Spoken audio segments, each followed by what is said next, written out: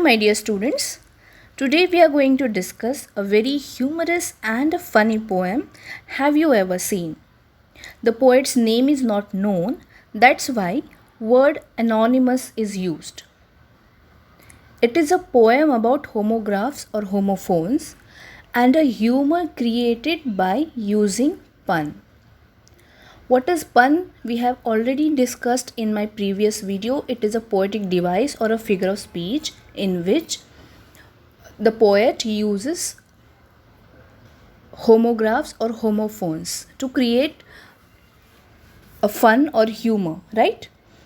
Now here in this poem you will find many examples, or you can say the whole poem is about pun and interrogation. Now let us see what are words used and how the poem is made humorous over here. The first two lines of the poem are: Have you ever seen a sheet on a river bed, or a single hair from a hammer's head? You know what river bed is? Where river flows. That is called river bed. And here the poet asks whether we use bed sheet for river bed as we use it on our bed. Now children, here throughout the poem the poet asks questions, but he does not expect answers for that. So the poem is a great example of interrogation as well as pun. Now hammer's head is the upper part of the hammer. Which is the upper part of the hammer? Is called hammer's head. Alright, so poet is asking, like a boy has hair on his head, does the hammer also have hair on his head? Here, hair is the pun, example of pun. In the first line, bed is an example of pun. Now the next part of the poem, next two lines: Has the foot of a mountain any toes? And is there a pair of the garden hose? Foot of the mountain is base of the mountain. So poet asks, as we human beings have toes on our feet, do mountains also have them? Then the second line, and is there a pair of the garden hose?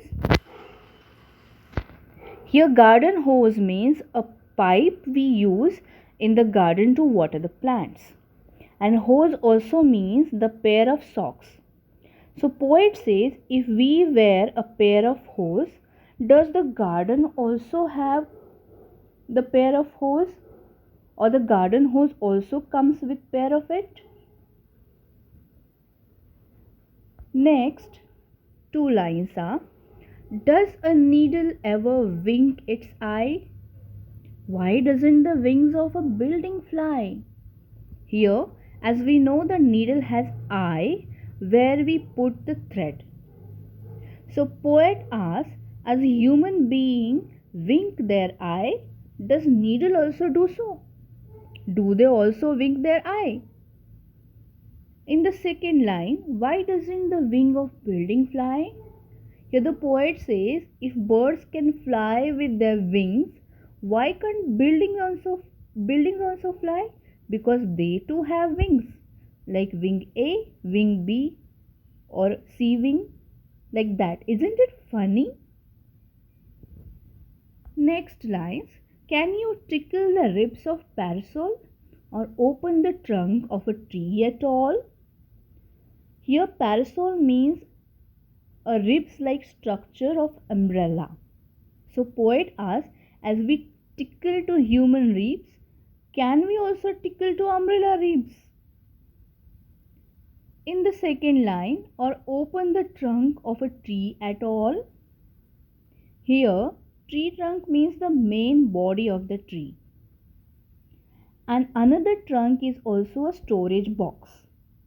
So poet asks, as we can open the trunk with which is storage box, can we also open the trunk of tree? Next lines: Are the teeth of a wreck ever going to bite? Have the hands of a clock any left or right? Now, rake means a garden tool which has teeth which is used to clean the garden.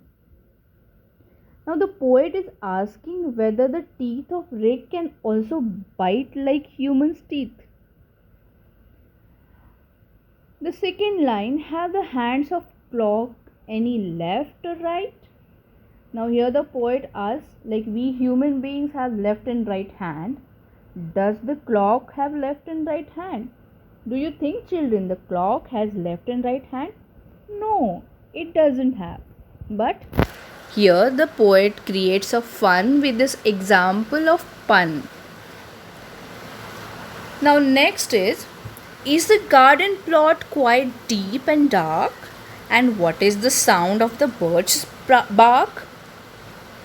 Now here plot means the story of a movie or a story of a novel or a story of any book. It can be deep, dark, serious. But poet asks, can the garden plot is deep and dark? Garden also has a plot, story also has a plot. That is the example of pun. And what is the sound of birch's bark? Now birch is a tree. An outcover of birch tree is bark. And we know dogs also bark. And the poet asks, can the birch also bark like dogs bark? Funny, isn't it?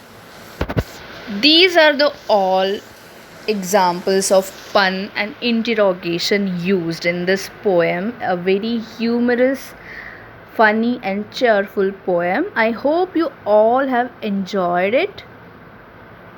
Thank you so much, children. Have a great day and happy learning.